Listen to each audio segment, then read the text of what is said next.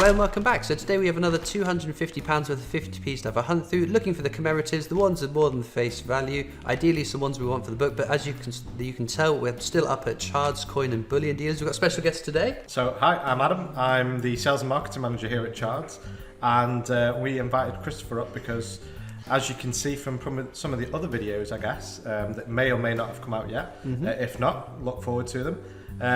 We had a bunch of coins that we wanted Christopher to see. Yeah. And it was really exciting, so great to have you up here. And what are we looking at today? No, it's been fantastic. So, the 50p's we're looking for then, we want the ones that we're missing from the book. We're making some very, very good progress. We're stuck on a few, so if we've got some good Blackpool luck, the £2 coin hunt went very well previously.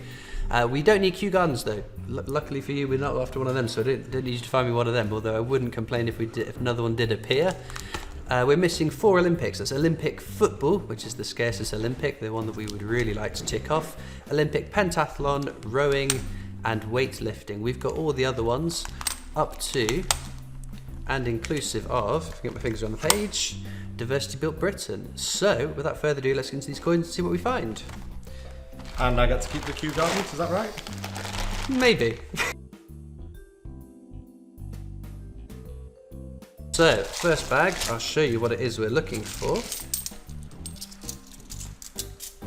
So as you can see, we start off with a shield. So the shield is a definitive coin. We will look for the key dates, that's the years 2009, 10, 11, 16 and 18, which weren't circulated. Would be very nice ones to find. In 2017, which is the low mintage year as well. We'll look at that at the end of the video, so you don't need to remember those dates, so don't worry about that. And then on the Britannias, obviously it's just the year 2008 we'd be looking for. But anything else commemorative would be fantastic. Well, we've got something there.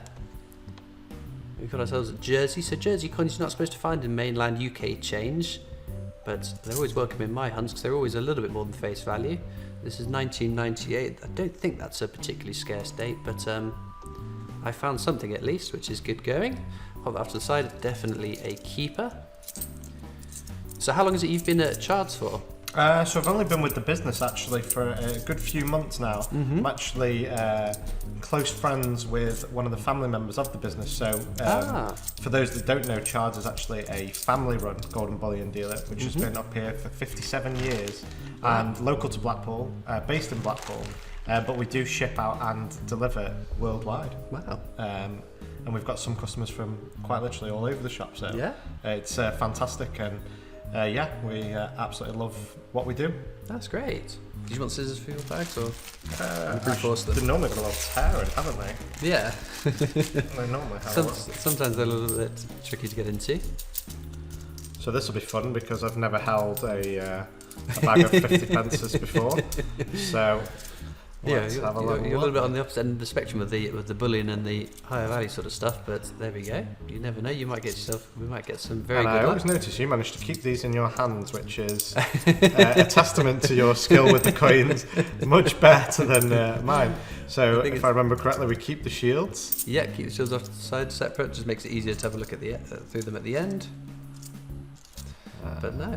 So have you got a favourite coin then? You know, I actually do. And my favourite coin was one of the first coins that I saw when I was in the business, which was a King's Speech coin. Oh. And when I saw it for the first time, I was very intrigued because I could see a whole bunch of lettering on the coin itself.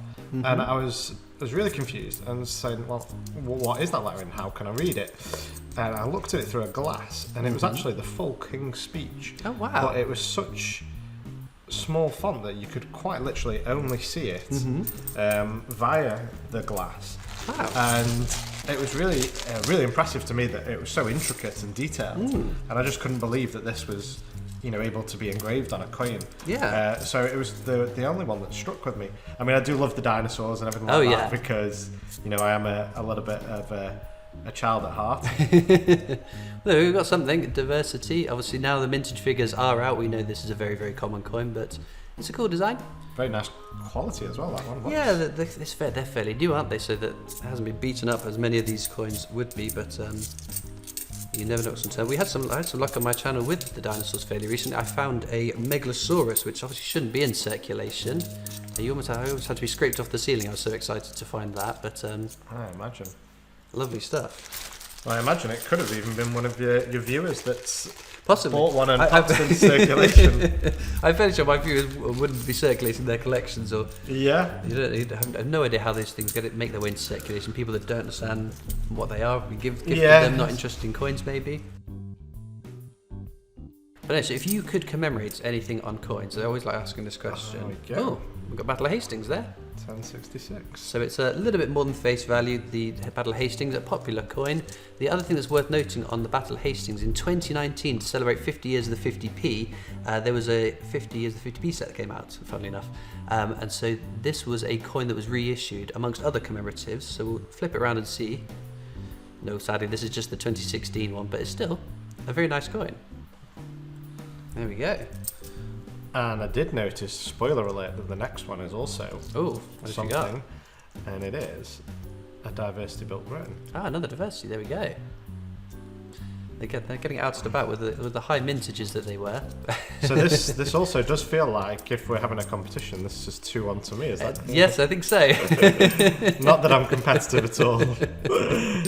Well, that's all good fun. But when I've recorded with people in the past, I've historically had the worst luck, and it's the people I've been recording with that have had the luck.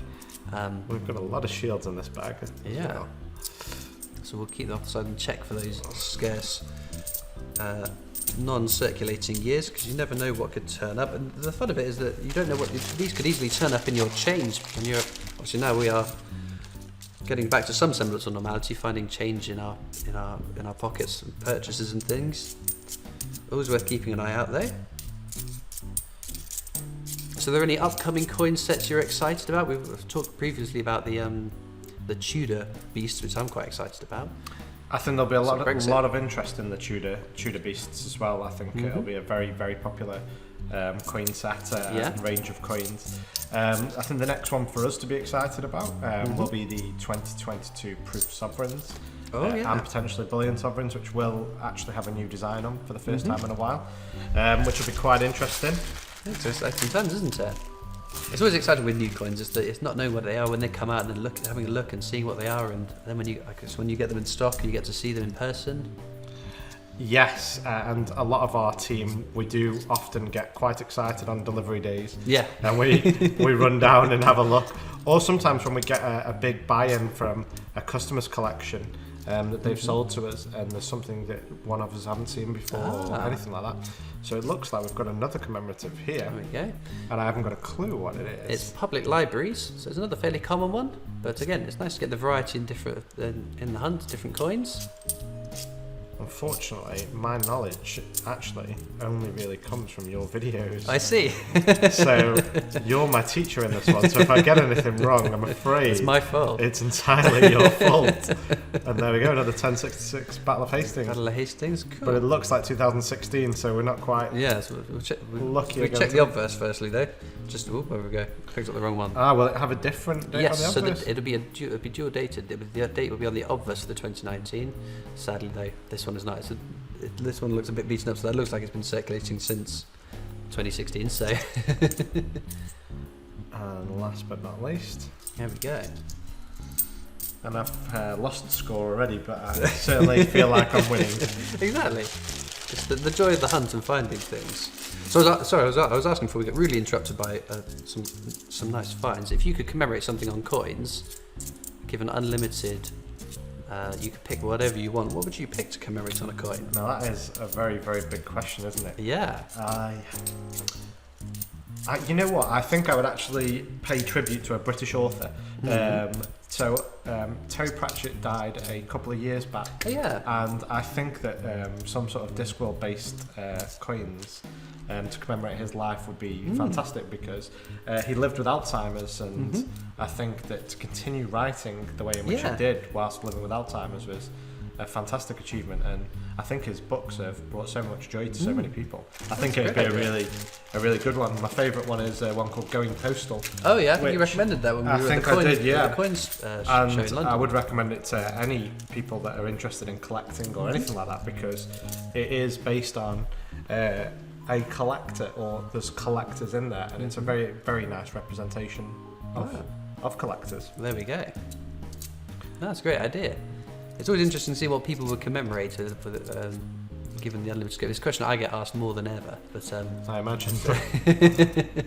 And what would you commemorate? Oh, I even got a chance to pitch it to someone at the Royal Mint in a sort of jokey way, but it was a UK county set, much like the US have their states and parks quarters. Having, I would say £1 coins, because I think they're circulated the most, but over a span of years, releasing maybe 5 a year, all the different counties of the UK and a little bit about the county on it, because it'd be a great sort of learning moment, because it would help people like me learn different counties. I think I could probably name more US states than I could name UK counties, which is quite embarrassing. But I think that's the point, though, isn't it? Because the UK isn't necessarily publicised as much as America, and you know, Hollywood portrayals. You do often think of the US states, don't you, rather than the UK counties? Definitely. And there's a lot of rich history in the UK.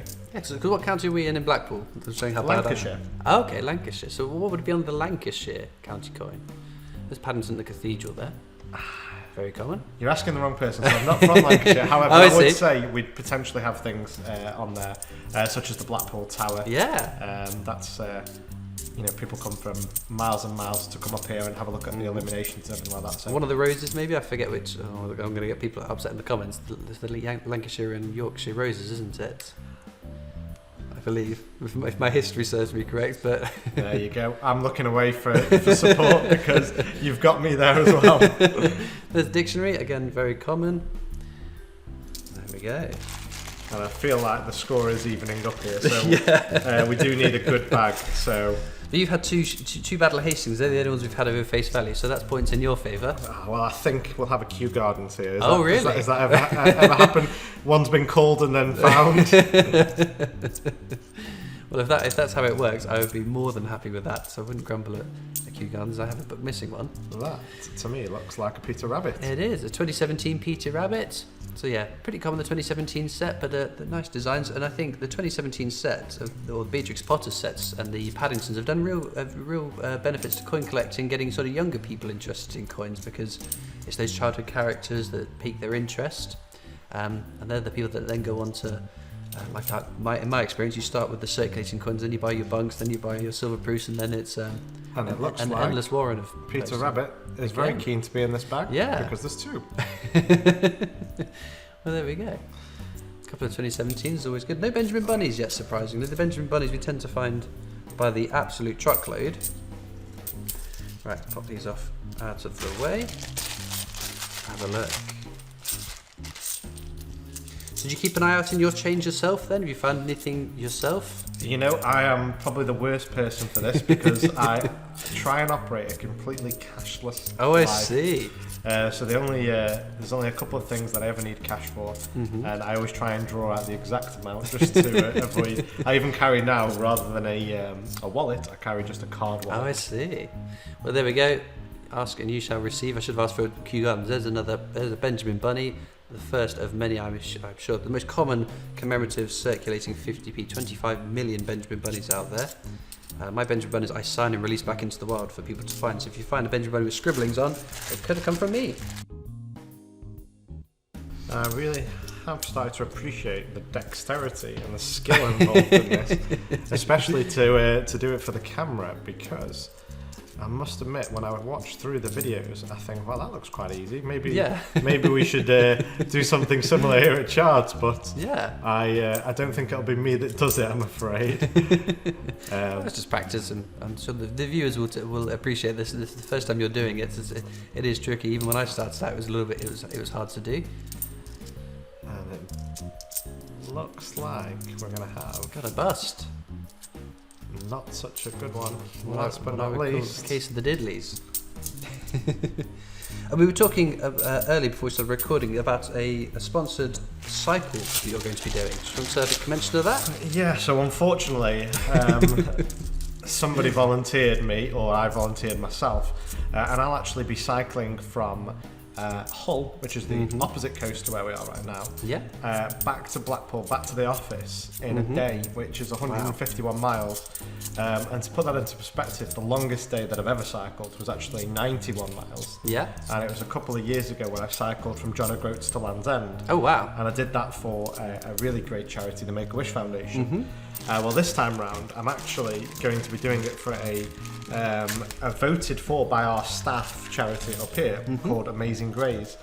And they are focused, they're a community kitchen that focus on feeding the homeless of Blackpool, or the homeless of Lancashire really, and also sheltering them. So it's a really great cause, and we'd absolutely love for any donations or anything like that. But down in the description, we'll link the GoFundMe you're using for that. Yeah, it's Just Giving we'll be using, Just Giving, but we'll do various other events over the years as well. So keep an eye out on the Chard socials, because we really want to, give back a little bit to the community and that kind of thing. Supporting local communities, it's all important, isn't it? Because sometimes it can go by the wayside. But no, that's a fantastic thing, and I wish you. When is the cycle taking place? So it's in 8 weeks' time, November the 29th. Wow! And I can honestly tell you, I have done absolutely zero training thus far. And you'd like to think, because I cycled from one length of the country to the other, that I'd be fit. But no, I'm definitely not. And we have a very, very shiny colour. Yeah, I was about to say, very nice quality. Tom Kitten, my favourite 2017. They're so common, but the Tom Kitten is a little bit of a weird design. He's got very creepy looking eyes, but I think he's very cool. But that is a lovely quality one, isn't it? Yeah. For a coin that's been circulating and has done the round somewhat. And it's funny, when I watch your videos, I feel like I know when the commemorative ones are coming up. Yeah. From just looking at them. And then here I have absolutely no idea. And it's kind of, it's an exhilaration, isn't it, when you see them. Like I said, you never know what that next coin is going to be. It could be Olympic, it could be a Kew Gardens, it could be who knows what. I've had some wondrous stuff turn up in the 3.5 years that I've been doing this. There we go. I haven't had that today. It's Girl Guiding, in itself a very common coin, but again, just like Battle of Hastings was part of the 50 years of the 50p coin set, so we're going to flip this one around and hope that says 2019 on it. Whoops. No, original 2010 circulating one, sadly. One of these days it will turn up. They're not supposed to be in circulation because it's only released into collector's sets, but as we had with the Megalosaurus probably a month or so ago, they do somehow make their way into circulation, which is always an added bonus. But no, I am striking out somewhat in terms of the luck. I can see 2020 coming up. What's that going to be? Peace, prosperity and pepperonis, which maketh the breakfast 50p. Naturally, a little bit of a plug for my own merch. Last two, diddly all, but there we go. So what's the sort of the main stock that you get in when you're purchasing collections and... So it's an interesting one really, because here at Chards we will actually buy more or less absolutely anything from our customers, ranging from scrap. We do make offers on fakes sometimes as well. We do have what we would call almost kind of like a diary or a catalogue of our fakes, which we gave you one not so long ago, just so we can use them to educate ourselves and potentially educate others, so to help the community when they're buying coins. Because as you'll know yourself, buying coins, a lot of people use dealers, but other people use the likes of eBay, Facebook, and our kind of motto is to inform, educate and inspire. That's great. So we always like to try and help our customers, make sure they don't get duped or anything like that. So we will literally buy anything. We do offer very fair and reasonable prices on bullion and numismatic and collectible items. But yeah, I've seen kind of all sorts come through the doors. I can imagine. We've got trophies. We had silver bullets. Silver bullets. And all sorts. So yeah, we will absolutely buy anything. I don't think we often turn anything away. Yeah. So we've got a diversity there as well. Diversity. This is the bag of the diversity, it would seem. But it must be always interesting when buying collections, some of the oddities that you get. I mentioned, not every day is different. Yeah, and that's the nice thing, because we try and engage with our community as much as possible. I've got a very, very battered 50p here. It's just pretending that's okay. I'd have had to have cried if that was a Kew Gardens. So yeah, it looks like it had been chewed on a little bit. What some people get up to with their change whilst it's circulating. Who knows? Oh, we're flying through these. We're getting our bad luck out of the way early, that's all we're doing. We're going to strike lucky by the end of the video, I'm sure. You never know. We've been saved by the last bags before in the past, and it could happen again. Although this doesn't look like it's going to happen in this bag, though. I always have the worst luck when I'm recording with other people, I think. Well, we have got something, one we haven't had today. This is the representation of the People Act. It's, again, a very common coin, but I think it's a lovely design. Cool coin, nonetheless. Yeah, very nice design. Yeah, I remember, I think I back bought that one in silver. I do think some of the designs are fantastic on these coins, and then some are a little bit lackluster. Yeah, it's a very subjective thing as well. Lots of people, like with the diversity coin, people not really being too keen on that, but I think it's quite a neat coin, and it's so subjective. My favourite coin could be a coin that someone else doesn't like, and my favourite to be, if we're very lucky to see it today, but it would be an Isaac Newton, because it's just such a lovely design. It's a busy design, but it's not overpowering, I don't think. Okay. But no, and seeing those little Olympic rings, that's what we really want to see, because they're getting so few in circulation. I imagine lots of collectors like myself and you guys, the viewers, we have our hordes of Olympics that we'd like to keep. And what's your favourite Olympic sport then? That's the question for Sport to watch? I'm not a massive follower of sports itself. Fencing seems quite interesting. I'd go watch fencing. And how about on the coins? Which is your favourite Olympic? Oh, the favourite Olympic is the gymnastics one. The little she's coming down on the ribbon. It's just such a beautiful design, and that simplistic design. Another public libraries there. We'll pop down there out of the way. Let's hope we're going to get something. I'm sure we will. And never give up. Well, there we go. Another representation of the People Act. I was just saying how nice that was. Not as nice as an Olympic football, though. And we're definitely, I think, I might even be losing here now, because I feel like I've been dry for a while. So it's... This is how luck works. It's building up. We're building up. We're collecting up. Hopefully, we'll get one that trumps them all. You never know. And that is if I can even put them in my hand. I have no idea how you do it so well. It's like anything, practice. I've been doing it so long now, I should be a dab hand at it. I've had people ask me if I was a croupier in a previous occupation, because the dexterity, I should be a close-up magician. Oh, there we go. In 2016, Beatrix Potter. We've got Mrs. Tiggywinkle, which is the only one that's under face value, that's still face value from the 2016 set. But no, we haven't had any 2016 Beatrix Potters, so adding to our variety of finds at least. And there's another one. And there is another Benjamin Bunny. So you may be back out in the wild before long. Exactly. And it feels like this bag must have been listening, because I believe that helps me catch up a little bit. Yeah. You know what they say, ask and you shall receive. Yeah, I'm sure someone in the comments will know who's found the most commemoratives. Oh, there we go, another one. Another diversity. I always think when you look at the design, it very much looks like the Crystal Maze. Yeah, people have said that to me in the past. It'd be great to have a Crystal Maze coin. Yeah, it's not a bad idea, to be fair. The other thing I was just remembering, we haven't checked with the Benjamin Bunnies are for rotation errors, so if we hold the coin like this, the queen should be looking to the right, which she is there. Sometimes they're slightly off. Some people have found them. I've yet to find one, which would be a cool find note. So our Benjamin Bunnies, they all rotate fine. Whoops, they're jumping away, as rabbits would do. Pop him out of the way there, and carry swiftly on. We are rapidly coming to the end of these bags now, but I have faith. Something will turn up.